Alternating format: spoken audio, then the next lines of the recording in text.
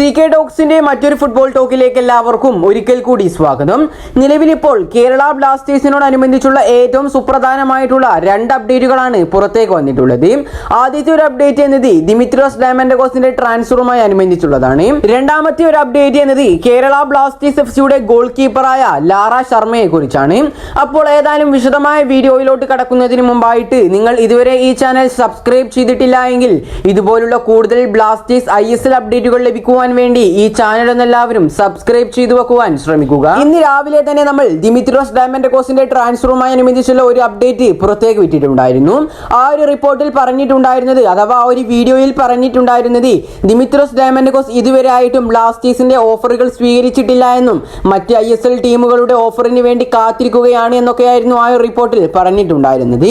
പക്ഷെ നിലവിൽ ഏതായാലും ഇപ്പോൾ ഈ ഒരു ISL ട്രാൻസ്ഫർ മാർക്കറ്റ് എന്ന ഇൻസ്റ്റഗ്രാം പേജ് ഒരു സുപ്രധാനമായ റിപ്പോർട്ട് പുറത്തേക്ക് വിട്ടിട്ടുണ്ട്. നമുക്കറിയാം ഈ ഒരു സീസൺ അവസാനത്തോടു കൂടി കേരള ബ്ലാസ്റ്റേഴ്സ് FCയുമായുള്ള ദിമിയുടെ കരാർ അവസാനിക്കുന്നതാണ്.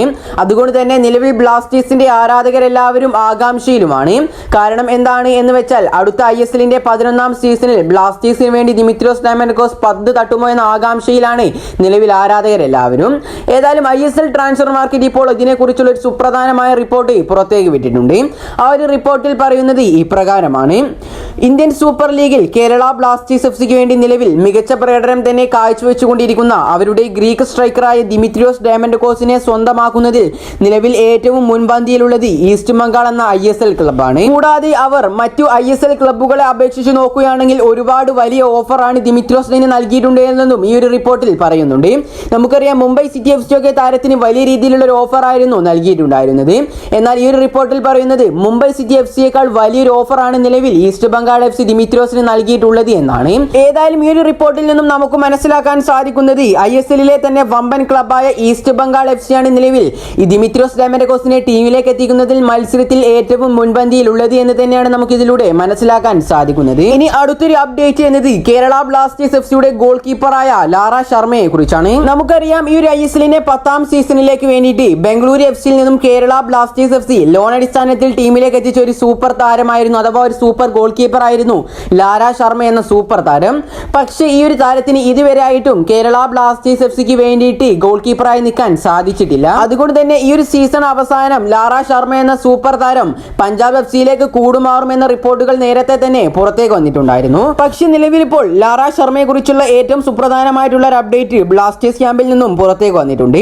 ലഭിക്കുന്ന റിപ്പോർട്ടുകൾ പ്രകാരം ഈ ഒരു സീസണിൽ കേരള ബ്ലാസ്റ്റേഴ്സ് FC ബംഗളൂരു FCയിൽ നിന്നും ലോൺ അടിസ്ഥാനത്തിൽ കൊണ്ടുവന്ന ലാറ ശർമ്മയെ സ്ഥിര കരാറിൽ സ്വന്തമാക്കാനായി കേരള ബ്ലാസ്റ്റേഴ്സ് FC താൽപര്യം പ്രകടിപ്പിച്ചിട്ടുണ്ട് എന്നാണ് ഏറ്റവും പുതിയ റിപ്പോർട്ടുകളിൽ നിന്നും നമുക്ക് മനസ്സിലാക്കാൻ സാധിക്കുന്നത്. നിലവിലെ സാഹചര്യത്തിൽ താരത്തിനായി ബ്ലാസ്റ്റേഴ്സ് ബംഗളൂരുവിനോട് ട്രാൻസ്ഫർ ഫീ നൽകാൻ തയ്യാറാണെന്നും ഈ റിപ്പോർട്ടിൽ പറയുന്നുണ്ട്. ബ്ലാസ്റ്റേഴ്സിന്റെ 1ാം നമ്പർ ഗോൾ കീപ്പറായ സച്ചിൻ സുരേഷിന് പരിക്കേറ്റതിനെ തുടർന്ന് കരൺജിത് സിംഗ് ആണ് നിലവിലെ ബ്ലാസ്റ്റേഴ്സിന്റെ ഗോൾ കീപ്പർ. പക്ഷേ ഈ ഒരു സീസൺ അവസാനത്തോടു കൂടി താരം വിരമിക്കുകയും ചെയ്യും. അതുകൊണ്ട് തന്നെ അടുത്ത സീസണിൽ സച്ചിനെയും ലാറയെയും നിലനിർത്താനാണ് ബ്ലാസ്റ്റേഴ്സിന്റെ നിലവിലെ തീരുമാനം. ഏതായാലും ഇതിനെക്കുറിച്ചുള്ള നിങ്ങളുടെ അഭിപ്രായങ്ങളെല്ലാം നിങ്ങൾ താഴെ കമന്റായി രേഖപ്പെടുത്തുക.